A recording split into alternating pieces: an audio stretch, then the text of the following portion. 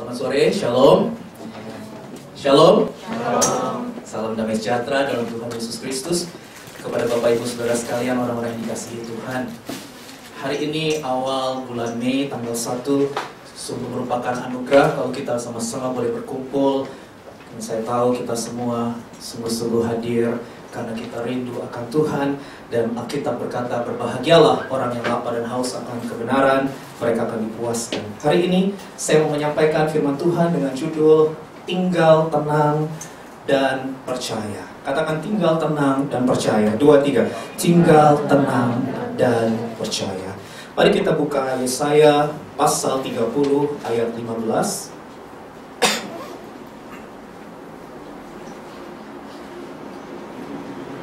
Mari kita baca bersama-sama ayat ini. 2, 3. Sebab beginilah firman Tuhan Allah yang Maha Kudus, Allah Israel. Dengan bertobat dan tinggal diam, kamu akan diselamatkan. Sama-sama. Dalam tinggal tenang dan percaya terletak kekuatanmu. In quietnesses and trust is your strength. Saudara, Alkitab berkata dalam tinggal tenang dan percaya terletak kekuatan kita. Kata percaya di ayat ini dalam bahasa Ibrani menggunakan kata bicah. Nah, bicah itu bisa memiliki 3 pengertian. Yang pertama, trust in. Trust in. Katakan trust in. Trust in itu artinya percaya. Mempercayakan diri kita kepada Tuhan. Yang kedua, lean on. Lean on itu artinya nyandar, bersandar kepada Tuhan. Kenapa kita bersandar? Seperti saya bersandar di kursi ini, supaya tubuh saya ini ditopang oleh kursi ini. Makanya saya bersandar. Dan yang ketiga, itu adalah rely on. Rely on itu artinya bergantung dengan keyakinan dan kepercayaan yang penuh. Dan saudara semua hari ini sedang mempraktekkan ketiga kata ini. Karena kita semua sedang nyender di kursi. Betul? Semua sedang bersandar atau nyender sama kursi yang saudara semua duduki. Itu artinya saudara lagi lean on, ya, lagi bersandar pada kursi. Kenapa saudara bersandar pada kursi? Supaya ditopang oleh kursi itu. Saya percaya gak ada di antara saudara yang sekarang sedang duduk dalam gaya kuda-kuda, kan? Ya, nggak percaya sama kursinya. Jadi saudara tahan berat badan saudara dengan kaki saudara. Ada yang mau latihan kungfu di sini? Ya, saya percaya kalau melihat nggak ada. Karena apa? Capek, saudara ya. Capek. Memang bisa kecilin perut sih. Ya, itu cukup efektif buat ngecilin perut tuh. Siapa yang mau? Ya, begini aja terus. Ya. Ya, dulu waktu latihan kungfu diajarnya begitu tuh. Aduh, ampun ya kan. Suruh sampai begini-begini. Waktu saya zaman dulu, iya. Ampun dah itu keringat ya, saudara. Ya, nggak ada. Capek saudara begitu. Ya, saya percaya saudara semua hari ini nyender sepenuhnya sama kursi saudara. Artinya saudara trust in sama kursi. Trust in itu apa tadi? Mempercayakan. Artinya saudara mempercayakan berat badan saudara. Ya, berat badannya macam-macam nih ya. Jangan tanya saya berapa berat badannya ya. Jadi kita sedang mempercayakan berat badan kita, mempercayakan seluruh tubuh kita ini trust in sama apa? Sama kursi. Kita percaya bahwa kursi yang kita duduki itu kuat. Halo? Stabil. Kita percaya trust in. Kita percaya bahwa kursi ini nggak akan membuat kita jatuh. Kursi ini nggak akan membuat kita kejengkang. Kejengkang bahasa apa itu? Ya, dan saya lihat dari wajah saudara nggak ada yang tegang duduk di kursi. Saudara nyaman dan aman dengan kursi itu. Halo, betul? Ya, nggak ada yang goyang-goyang kan ya? Semua berada di kursi yang kuat dan stabil. Artinya saudara rely on sama kursi. Rely on apa tadi? Saudara bergantung. Ya, saudara bergantung sepenuhnya pada kursi yang saudara duduki karena saudara tahu kursi itu kuat dan stabil, tidak tergoncangkan. Saudara, kira-kira seperti itu ilustrasi yang Tuhan mau pada kita, umatnya.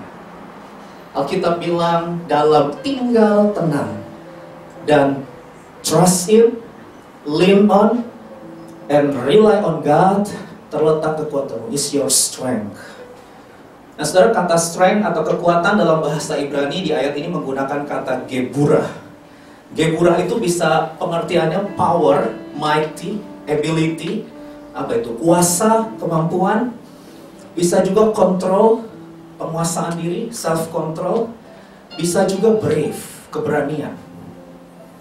Artinya begini, pada waktu kita tinggal tenang dan kita percaya, trust in, lean on, and rely on God, maka kita memiliki kemampuan untuk menguasai diri kita. Kita memiliki kemampuan untuk mengambil keputusan dengan pertimbangan yang bijaksana, lebih berhikmat. Kita memiliki keberanian untuk bertindak dan mengalami kemenangan. Amin. Nah, hari ini secara singkat dan sederhana saja, saudara siapkan catatan saudara di handphone suci saudara, Samsung suci saudara, atau yang buku, kertas, note, apapun itu, ya. Siapkan, ada 2 poin yang hari ini saya mau sampaikan, yang saya percaya pasti memerdekakan kita semua. Kita mau belajar kekuatan-kekuatan apa saja yang kita bisa miliki ketika kita mengambil keputusan untuk tinggal tenang, keep calm, and have faith, dan percaya, trust in, lean on, rely on. Sudah siap? Yang pertama, kekuatan yang pertama, kita bisa melihat situasi dengan jernih. Katakan melihat situasi dengan jernih. 2, 3. Melihat situasi dengan jernih. Saudara, kekuatan pertama yang kita miliki pada saat kita keep calm, pada saat kita tinggal tenang, and have faith, dan percaya, maka kita akan melihat situasi keadaan itu dengan clear, dengan jernih. Saudara, saya teringat akan sebuah kisah yang populer yang saya tahu saudara pasti juga sudah tahu ini. Suatu kali Yesus mengadakan mujizat, 5.000 orang diberi makan dengan 5 roti dan 2 ikan. Dan setelah selesai Yesus melakukan mujizat, Yesus memerintahkan murid-muridnya untuk menyeberang ke Betsaida duluan gitu, karena Yesus masih mau tinggal di situ. Yesus ingin berdoa. Dan akhirnya murid-murid Yesus mendahului Yesus nyeberang ke Betsaida dengan menggunakan perahu. Dan Alkitab catat pada hari mulai malam, saudara, di tengah-tengah danau, murid-murid mengalami angin sakal. Angin bertiup sangat kencang saat itu, saudara. Angin bertiup sangat kencang sehingga gelombang di danau itu mulai bergelora. Dan murid-murid yang padahal adalah nelayan, harusnya sudah terbiasa, tapi mungkin hari itu gelombangnya sangat luar biasa, sehingga mereka ketakutan. Mereka panik, saudara. Mereka panik, mereka takut, mereka resah, gelisah, cemas, segala macam ada di situ, saudara. Dan Yesus melihat kepanikan murid-murid dari kejauhan. So sweet, ya. Yesus perhatikan. Dia perhatikan. Dan akhirnya Yesus berinisiatif untuk datang mendekati murid-muridnya yang sedang panik dengan berjalan di atas air. Nah, tapi coba lihat reaksi atau respon dari murid-muridnya. Yesus itu datang mendekati untuk memberikan pertolongan, saudara. Tapi coba lihat reaksi murid-muridnya di Markus pasal 6 ayat 49 sampai 51. Ketika mereka, murid-murid, melihat Yesus berjalan di atas air, harusnya mereka nyanyi, "How great is our God, sing with me." Harusnya Petrus ngajak, kan Petrus itu pemimpinnya murid-murid ya. Mari kita bangkit berdiri seperti song leader tadi ya. Pertolongan kita datang, haleluya. Ku nyanyi haleluya. Harusnya Petrus ngajak 11 muridnya worship God. Kenapa? Karena pertolongan datang. Halo? Betul? Tapi coba lihat reaksi mereka, saudara. Sementara pertolongan datang mendekati mereka, mereka mengira itu adalah hantu, saudara. Lalu mereka apa? Berteriak-teriak. Ini berteriak-teriak bukan sorak-sorai ya. Seperti song leader ngajak jemaat, mari kita bersorak-sorai, haleluya. Bukan. Ini berteriak histeris, ketakutan, saudara. Takut. Mereka ketakutan. Sebab mereka semua melihat dia, ayat 50. Dan mereka sangat terkejut. Oh, perhatiin, saudara. Tetapi segera Yesus cool aja, cool, ya kan? Yesus segera berkata kepada mereka, apa? Don't be afraid dalam bahasa Inggrisnya, ya. Don't be afraid. Tenanglah. Aku ini, jangan takut. Take courage. I am here. Tenanglah. Aku ini, jangan takut. Saudara perhatikan ya, perhatikan baik-baik. Pada waktu murid-murid ini panik, saudara. Pada waktu mereka begitu sibuk memperhatikan problem mereka, yaitu apa? Gelombang. Mereka tuh sibuk dengan, gelombangnya gede banget, anginnya kencang banget gitu. Karena mereka terlalu fokus, terlalu sibuk sama gelombang, sibuk sama angin yang bergelora, yang menggoncangkan perahu mereka itu. Jadi mereka udah gak bisa lagi melihat situasi dengan jernih. Sehingga apa buktinya? Sehingga pada saat pertolongan datang, pada saat Yesus sendiri datang mendekati mereka, mereka nggak bisa kenali. Gawat gak nih? Mereka nggak bisa kenali itu, saudara. Pada saat Yesus datang, harusnya ngomongnya apa? Itu Tuhan, harusnya. Tapi mereka sebut apa? Itu hantu. Hati-hati dengan kepanikan. Ya, saya khotbah begini bukan berarti saya sudah bebas sepenuhnya.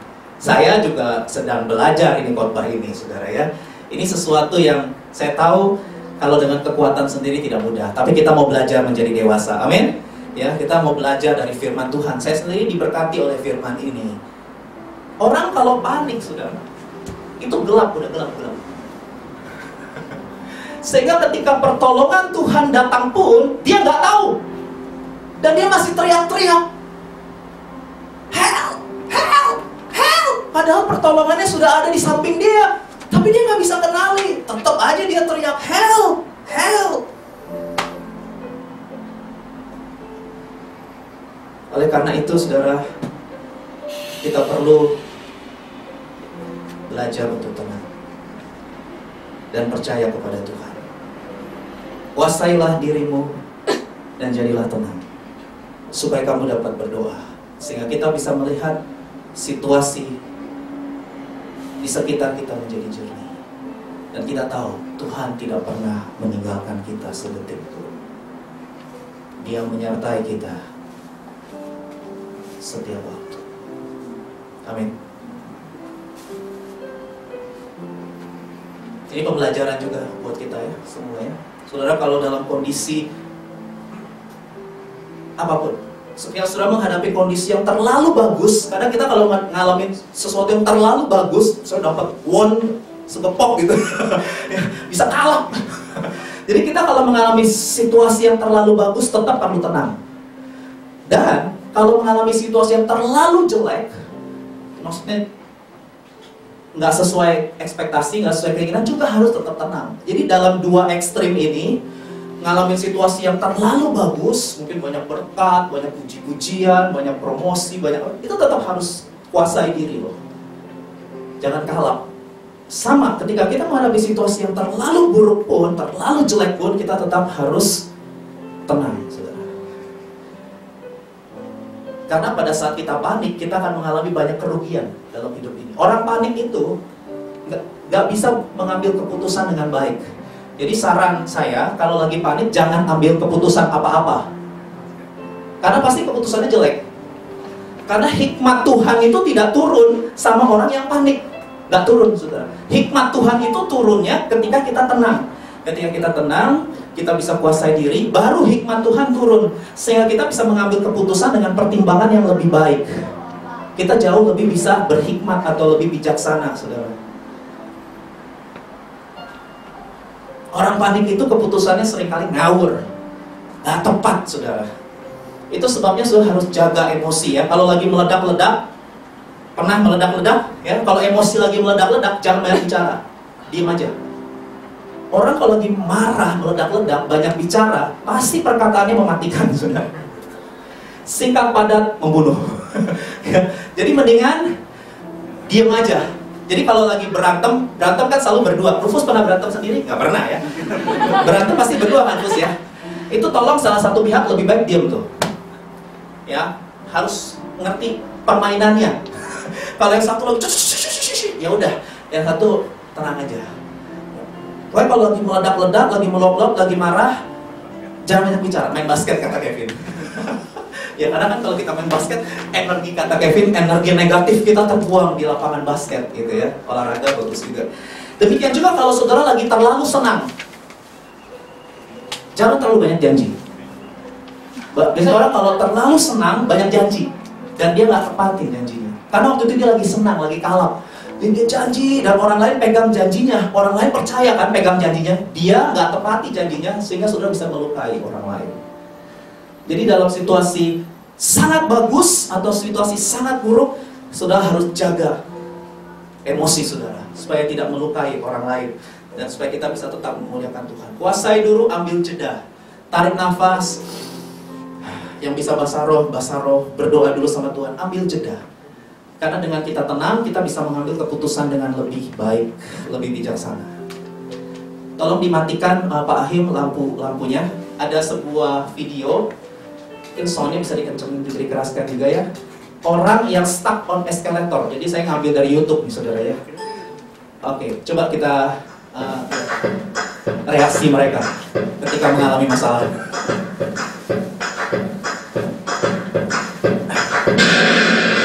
Masalah datang tiba-tiba. That's not good. Oh, I don't need this. Lihat reaksi mereka. Somebody will come. Anybody out there? Mulai panik. Do you have a phone? No. Sorry. Somebody! Hello! There are two people stuck on an escalator and we need help. Now, would somebody please do something?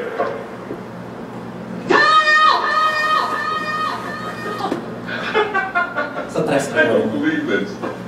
You gotta be kidding me. I'm gonna cry. Well, not enough left to do. That's it.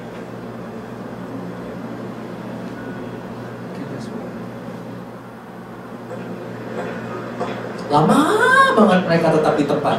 Nggak kemana-mana. Hey, don't worry about it. I'll fix it in a second. He said he can fix it. All right. All right. That's more like it. He says he can fix it.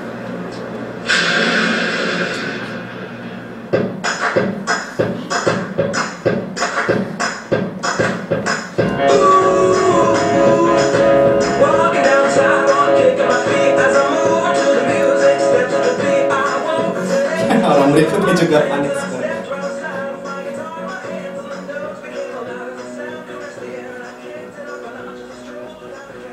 Oke, cukup. Thank you, sis. Karena berikutnya Iko. Saudara, kalau orang panik begitu, ya, ketika eskalator berhenti, seharusnya kalau mereka tenang, mereka bisa berpikir jernih. Jalan aja. Iya, tapi karena udah parno apa ya? Udah tegang, saudara, udah nggak bisa lagi berpikir jernih. Sesuatu yang sebenarnya mudah sekali diselesaikan, jadi kayaknya susah banget, kayaknya berat banget. Mereka nggak bisa lihat situasi dengan jernih. Kenapa? Panik, saudara. Oleh karena itu, mari kita belajar. Mungkin kita ketawa melihat mereka, tapi dalam kehidupan sehari-hari seringkali kita seperti itu, saudara. Termasuk saya yang khotbah ini. Ya, padahal solusi selalu ada di dalam Tuhan. Amin. Selalu ada jalan di dalam Tuhan. Persoalannya mau nggak kita keep calm, tenang, dan percaya kepada Dia. Ketika kita mau, hikmat Tuhan pasti turun, sehingga kita bisa mengambil keputusan dengan pertimbangan yang baik. Tuhan mau kita jadi orang-orang yang bijaksana. Amin. Yang kedua, yang terakhir, haleluya. Yang kedua, saudara, kekuatan apa yang kita bisa dapatkan ketika kita tinggal tenang dan percaya, trust in, lean on, and rely on God. Yang kedua, keberanian untuk bertindak. Katakan keberanian untuk bertindak. 2, 3. Keberanian untuk bertindak.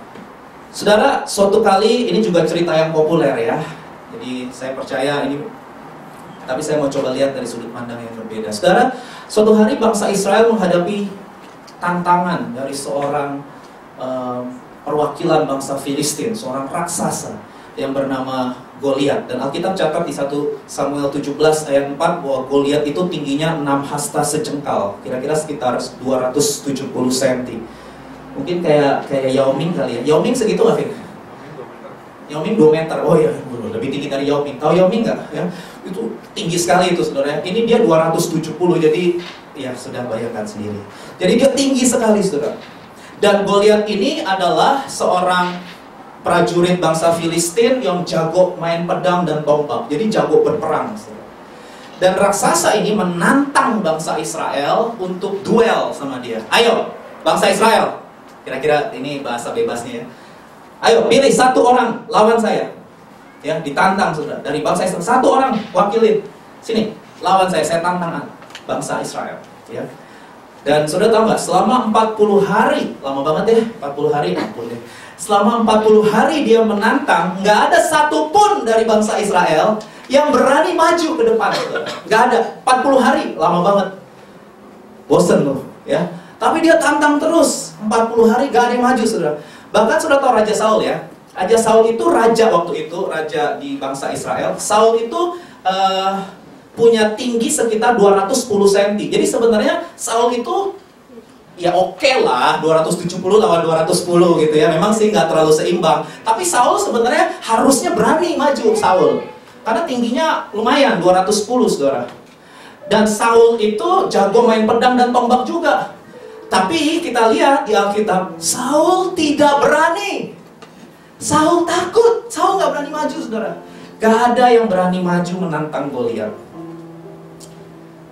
Sampai akhirnya tiba seorang anak muda yang nggak tahu tinggi badannya berapa, nggak dikatakan oleh Alkitab. Tapi katanya mukanya kemerah-merahan gitu ya, imut-imut seperti Rufus mungkin ya. Ya kecil, badan, postur tubuhnya nggak meyakinkan. Karena waktu mau milih raja aja kan nggak dianggap sama papahnya, nggak manggil Daud. Yang dipanggil yang gede-gede, yang badannya tegap-tegap. Berarti Daud postur tubuhnya, mukanya, aduh, ya nggak meyakinkan. Sampai papahnya nggak panggil dia waktu Nabi Samuel mau cari raja, saudara. Ya, berarti perawakannya nggak oke gitu Daud ini. Dan suatu kali dia lagi mau ngantar makanan untuk kakak-kakaknya, dan dia lihat Goliat sedang mencemooh pasukan barisan Tuhan. Sehingga akhirnya Alkitab catat Daud memutuskan untuk maju dan menantang Goliat. Coba lihat ayatnya, 1 Samuel 17 ayat 33 sampai 36. Coba lihat perkataan Saul ketika Daud mau lawan Goliat. Ya, lihat perkataan Saul. Saul ngomong gini.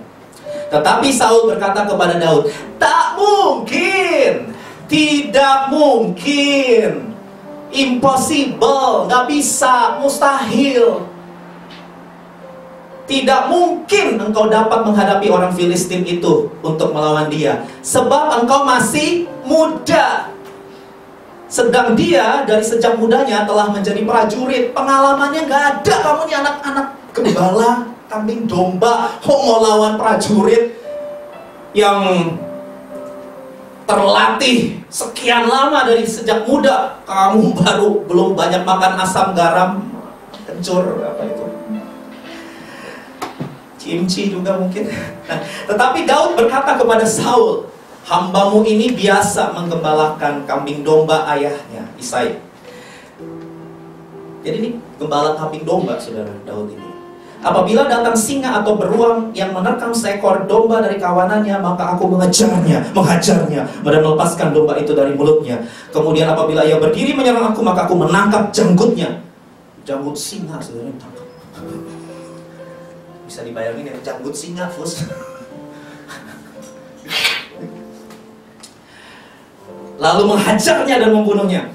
Baik singa maupun beruang telah dihajar oleh hambamu ini. Dan orang Filistin yang tidak bersunat itu, ia akan sama seperti salah satu daripada binatang itu, karena dia telah mencemooh barisan daripada Allah yang hidup.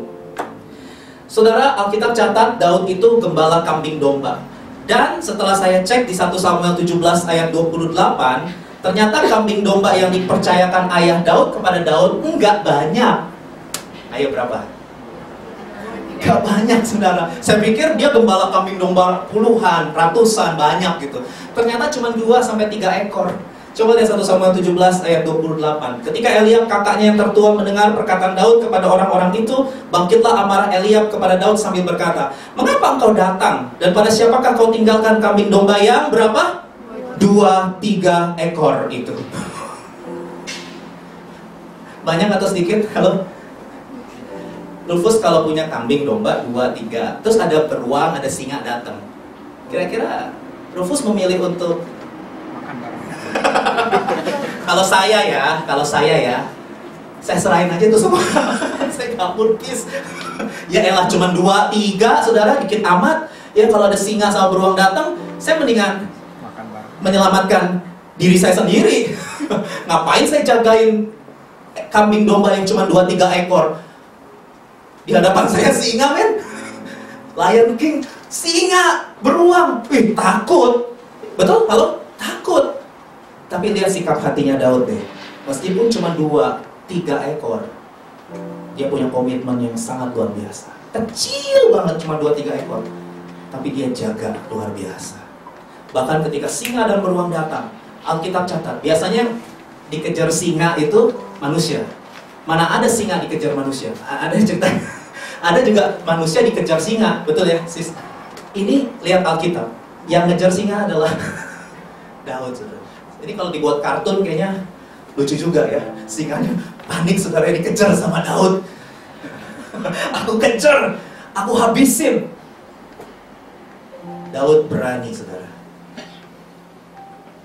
Padahal resikonya apa? Dia bisa mati hanya karena 2, 3 ekor itu. Berarti dia berani ambil resiko kehilangan nyawanya. Dan saudara tahu, tanpa Daud sadari, Daud nggak sadar nih ya, itu hal kecil dan di hutan nggak ada orang lain yang lihat. Nggak ada, cuma Daud sama binatang-binatang itu. Tapi mata Tuhan melihat sikap hati Daud.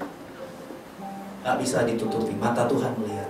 Dan sebenarnya tanpa Daud sadari, itu adalah masa persiapan yang Tuhan sedang kerjakan dalam hidup Daud sebelum Tuhan mengangkat tinggi Daud untuk melakukan perkara-perkara yang besar, menjadi seorang raja. Dan dari sini kita belajar kenapa Daud memiliki keberanian untuk melawan Goliat.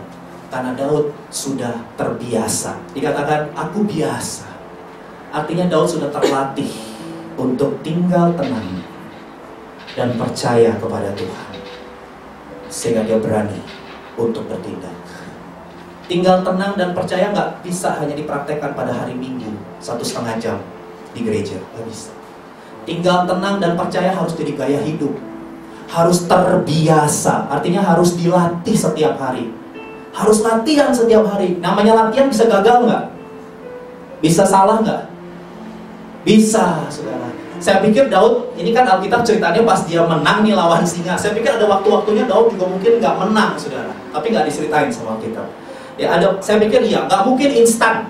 Karena Alkitab bilang aku biasa. Berarti mungkin Daud pernah juga mengalami kegagalan dalam ngejagain domba-domba itu. Saya pikir iya, dia pasti juga pernah mengalami kegagalan, saudara. Tapi ketika dia gagal, dia salah, dia nggak menyerah. Karena komitmennya sangat besar. Dia melatih terus. Tinggal tenang dan percaya. Dan akhirnya dia punya keberanian untuk bertindak. Ada sebuah quotation yang bagus berkata begini, segala sesuatu yang memerlukan kekuatan dan daya tahan itu harus dilatih setiap hari. Bagus itu quotationnya. Segala sesuatu yang memerlukan kekuatan dan daya tahan, power and endurance ya. Kekuatan dan daya tahan, strength and endurance, itu harus dibangun setiap hari, gak bisa instan. Itu harus dilatih setiap hari, saudara. Kemampuan kita akan bertumbuh meningkat seiring dengan latihan yang kita mau lakukan setiap hari. Jadi kalau gagal, kalau jatuh bangun lagi. Kalau jatuh bangun lagi, kalau jatuh bangun lagi. Bosan banget, iya. Emang harus begitu. Dan bagus kalau saudara tahu saudara jatuh, berarti saudara sedang bangun. Karena orang yang nggak tahu dirinya jatuh, artinya dia nggak pernah bangun, saudara. Puji Tuhan kalau saudara bilang, aduh aku pusing, jatuh bangun, jatuh bangun, jatuh bangun. Bagus. Berarti saudara nggak bertahan dalam kekalahan, bangun lagi. Meskipun saya tahu dalam dinamika hidup ini tidak gampang, tapi latihan, saudara, harus latihan. Ini harus dilatih setiap hari. Harus dilatih setiap hari. 2 orang yang stuck di eskalator itu nggak pernah latihan. 2 orang tadi gak pernah latihan, meskipun umurnya udah banyak. Pasti umurnya udah banyak ya. Umurnya udah banyak, gak mungkin imut-imut kayak saudara-saudara yang masih belasan tahun ini ya. Mereka usianya pasti udah mungkin 40 tahun. Tapi kedewasaan tidak diukur dari usia. Kedewasaan tidak diukur dari usia. Ada orang yang umurnya banyak, tapi tetap aja panik. Udah 40, 50, 60, 70 tahun.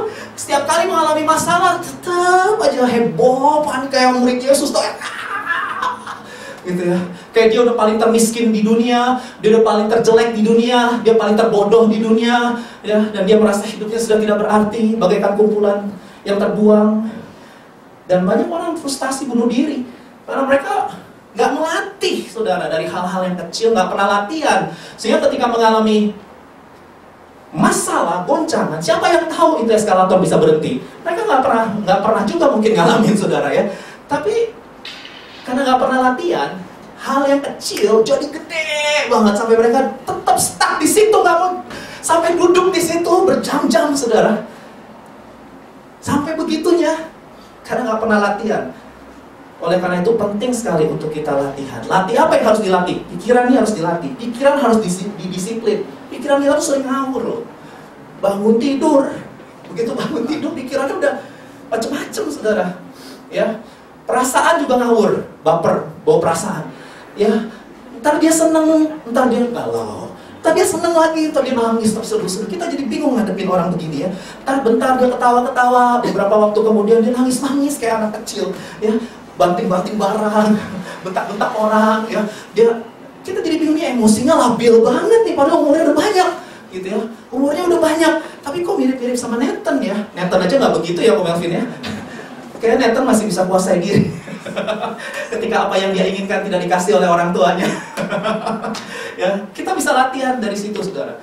Dan nanti tentu pasti Pak Melvin dan Bu Yeni akan melatih kedua anaknya ini supaya punya kecerdasan emosi ya. Jadi ketika menghadapi goncangan, ketika kita menghadapi masalah, tenang aja, tenang dulu, tenang aja, tinggal tenang dan percaya Tuhan ada di dalam kita dan rohnya lebih besar daripada roh-roh yang ada di dalam dunia ini.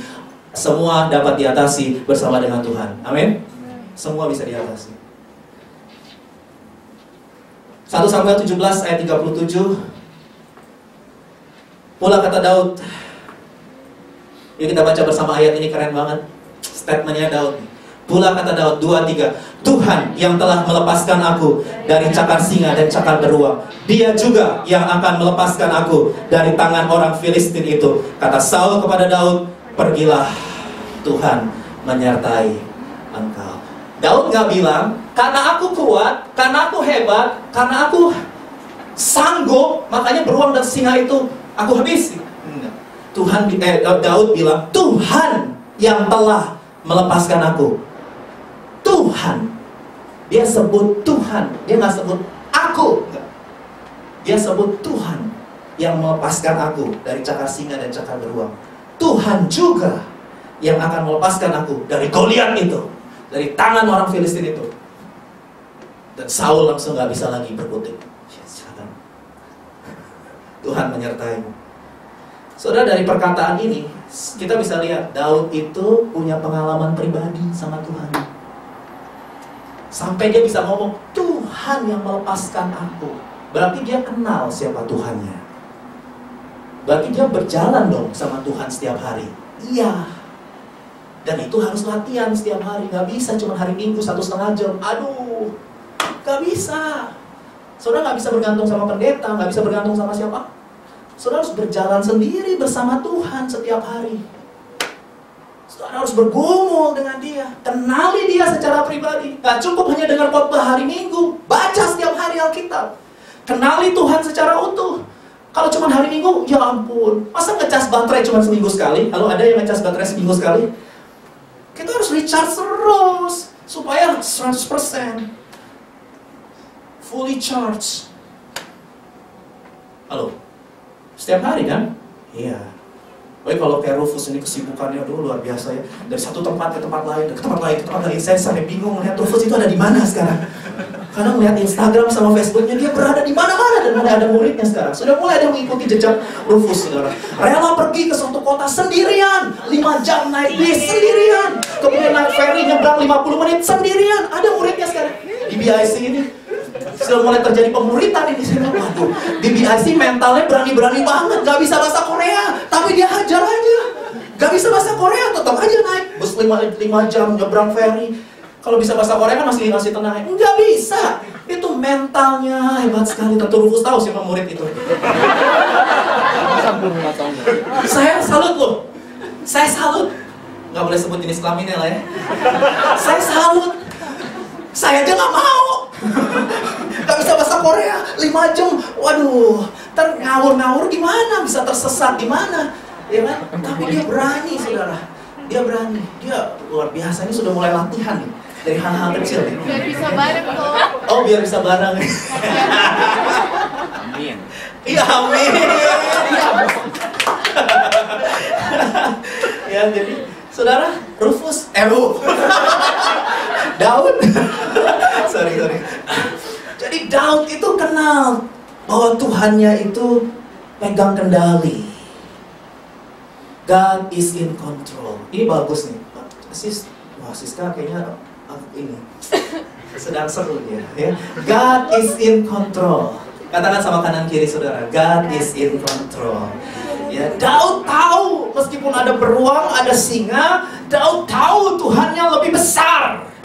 Dan Tuhannya berdaulat, Tuhannya berotoritas, Tuhannya pegang kendali, take control. God is in control, dia pegang kendali atas segala situasi.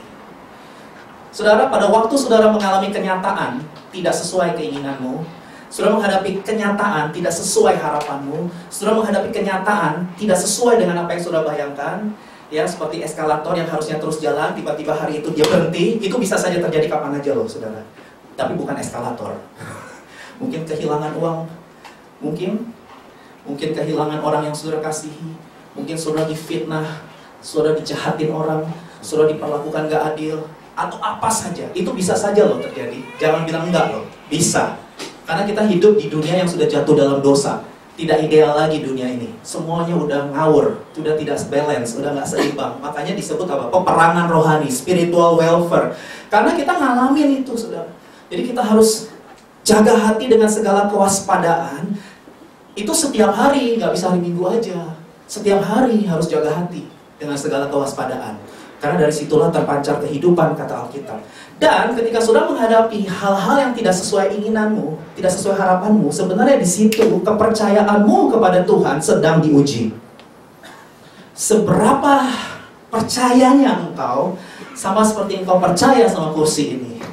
Trust in, lean on, rely on. Sama dengan Tuhan. Kapan kita bisa tahu kita percaya, bersandar, bergantung saat kita menghadapi kenyataan hidup yang tidak sesuai dengan keinginan atau harapan dan bayangan.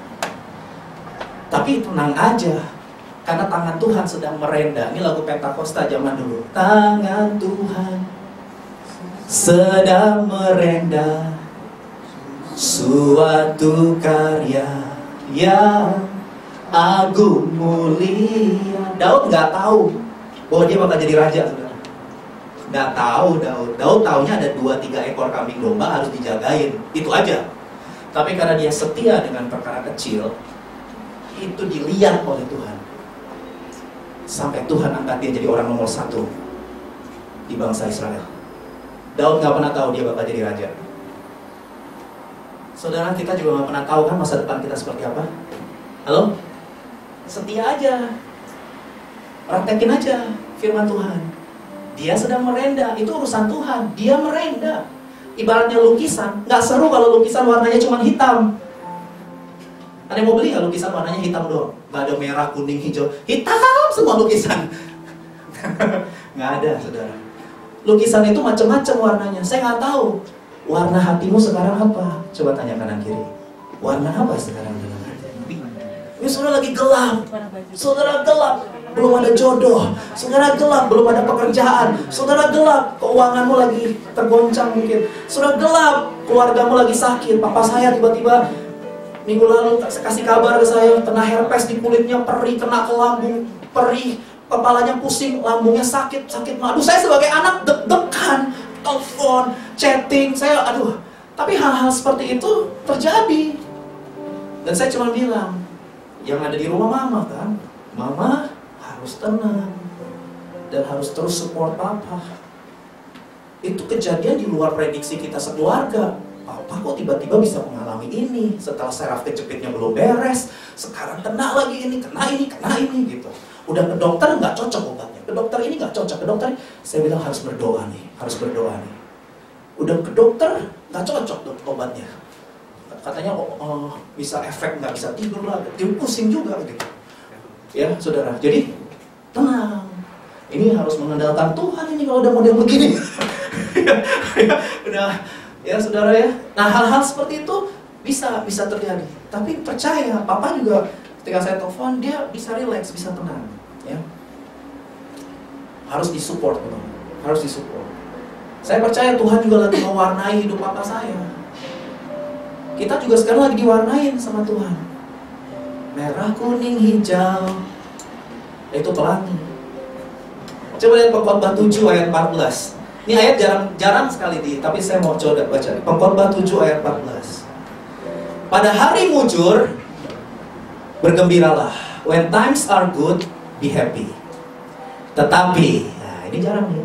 Pada hari malang, ingatlah bahwa hari malang ini pun dijadikan Allah seperti juga hari mujur, supaya manusia tidak dapat menemukan sesuatu mengenai masa depannya. Iblis nggak tahu masa depan saudara. Iblis taunya masa lalu. Makanya kalau sudah datang ke peramal ngomong ini pasti kebanyakan masa lalu. Nah, kok masa depan dia bisa nebak? Karena dia mau saudara masuk dalam kutukannya dia. Kalau saudara percaya, saudara masuk dalam lingkaran kutukan dia. Disugesti sebetulnya itu. Nanti kapan-kapan ngomongin tentang hipnoterapi ya. Lagi disugesti itu dengan perkataan itu. Dan kita percaya. Itu kutukan. Karena Alkitab bilang, gak ada yang tahu masa depan. Yang tahu hanyalah Tuhan, Alfa dan Omega, awal dan akhir. Dan ujung-ujungnya selalu mendatangkan kebaikan. Halo, amin?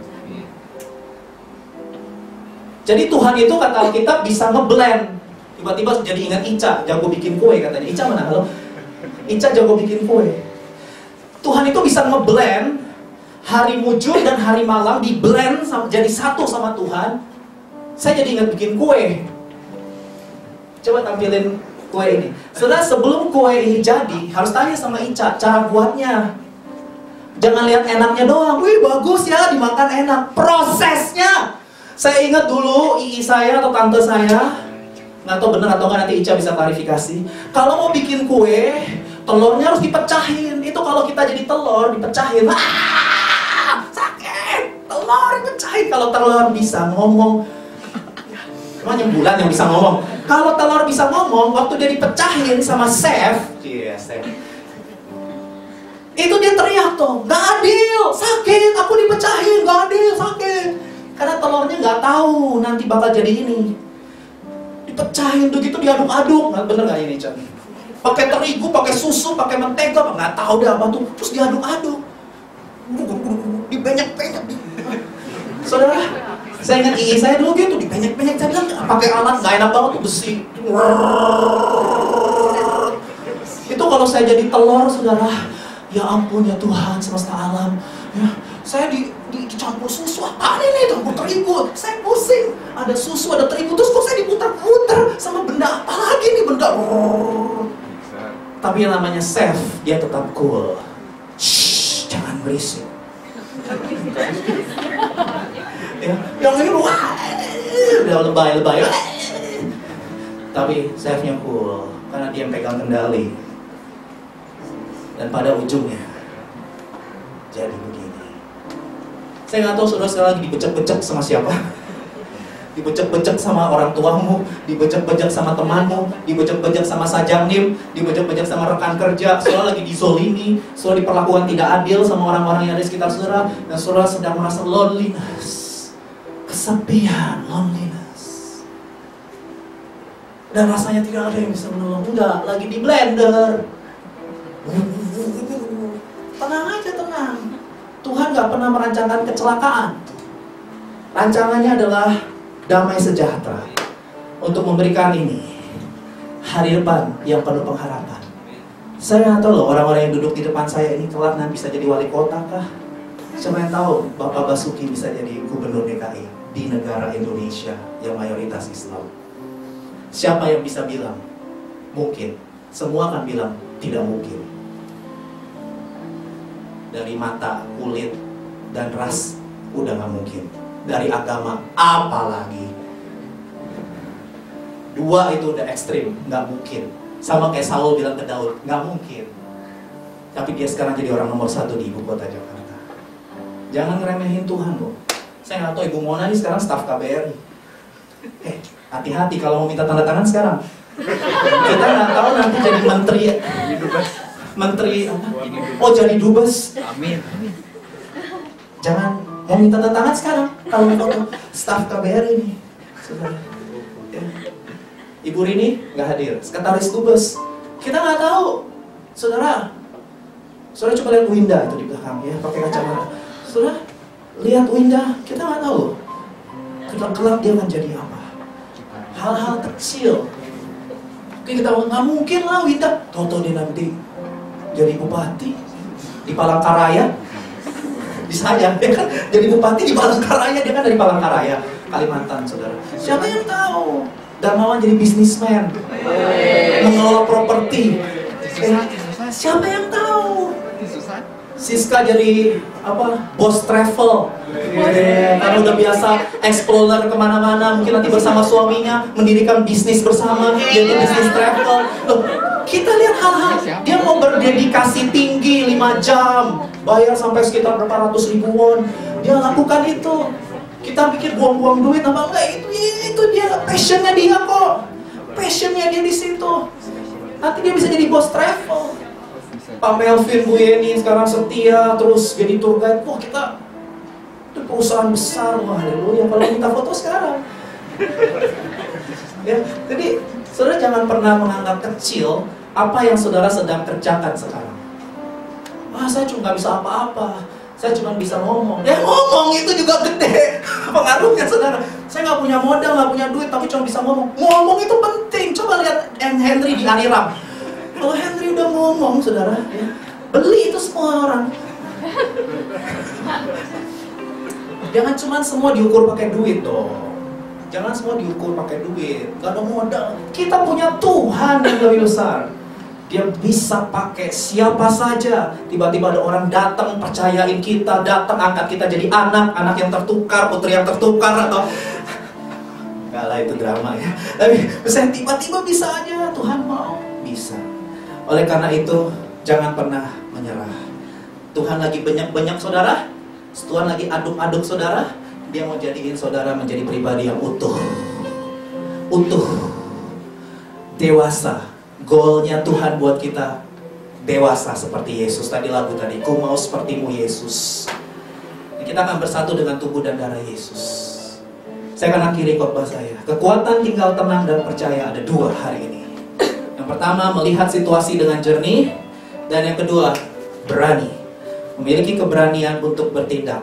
Percayalah, segala jeripayah saudara dalam persekutuan dengan Tuhan tidak akan pernah sia-sia. Tuhan perhitungkan semua air mata, pengorbananmu, dan semua perlakuan tidak adil dari orang-orang yang ada di sekitarmu. Tuhan blend itu. Tuhan jadikan itu satu sampai rancangannya tergenapi sempurna dalam hidup kita. Amin.